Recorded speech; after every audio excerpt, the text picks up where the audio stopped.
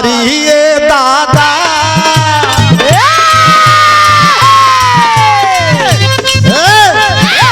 घायल कारी ये दादा है बड़की अखिया वाली घायल कारी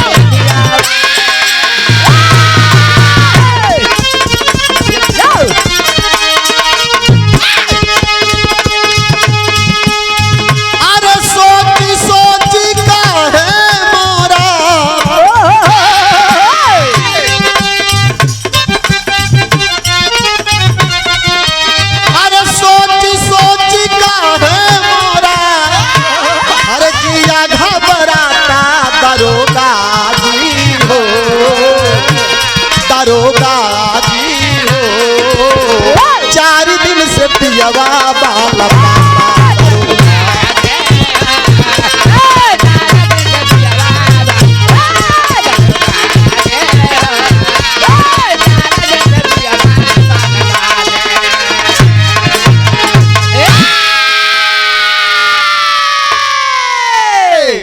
वाह मालूम पड़ल की बिरहा हो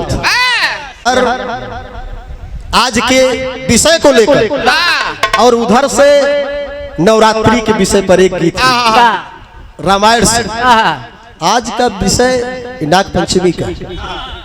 चलिए ठीक है, बहुत बहुत धन्यवाद। और बिरहा आप लोगों ने सुना द्रौपदी की महिमा, मैं भी इस बिरहा को गाता। जब अखाड़ा अपना एक ही है, घराना अपना एक ही है, तो कभी आप, कभी हम, कभी और कोई भी। विजय लाल सबसे पहले इस बिरहा को गाए YouTube के माध्यम से, कैसेट के माध्यम से। बाकी आज के 10 साल पहले मैं इस बिरहा को गा चुका सूरत की धरती पर। चूंकि हमारे मेरे साथियों, गाने का मतलब ये नहीं कि हारमोनियम ढोलक बज रही है, मौज मस्ती ले रहे हैं। गाने का मतलब ये भी होना चाहिए कि अगर आज हम कुछ सुनने आए हैं, समय दिए हैं, कुछ लेकर जाएंगे और ऐसी चीज लेकर जाएंगे, अगर उसे याद रखेंगे तो जीवन के हर मोड़ पर कामयाबी ही कामयाबी मिलेगी। और निश्चित रूप से मेरे साथियों, मैं निवेदन कर रहा हूं, यही बिरहा लास्ट होगा कि जो मैं बिरहा का शीर्षक बताया, सूरा सुंदरी और सुहागन, चाहे ऐसा कह लो, चाहे दारू दुल्हन और तवायब, 3 लोग हैं। तीनों में कौन किसका साथ देगा? और तीनों के पुजारी इसमें बैठे, तीनों के पुजारी इस प्रांगण में है। अब तीनों में कौन किसका साथ देगा, यही आप लोगों से निवेदन है।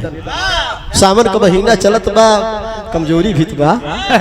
गुरुजी अरे कहे सावन भादो चिरई सो का उपवास करत, आप लोग 50 रुपया देते हैं, जान लो 200 के बराबर यही महीना में है। काल कंचित मई जून होते तो 500 चलता भाई। महीना चेंज है भाई, बाकी महंगाई मजे मजे बड़बनैन की इस साइड टमाटर ना आ जाता। हाँ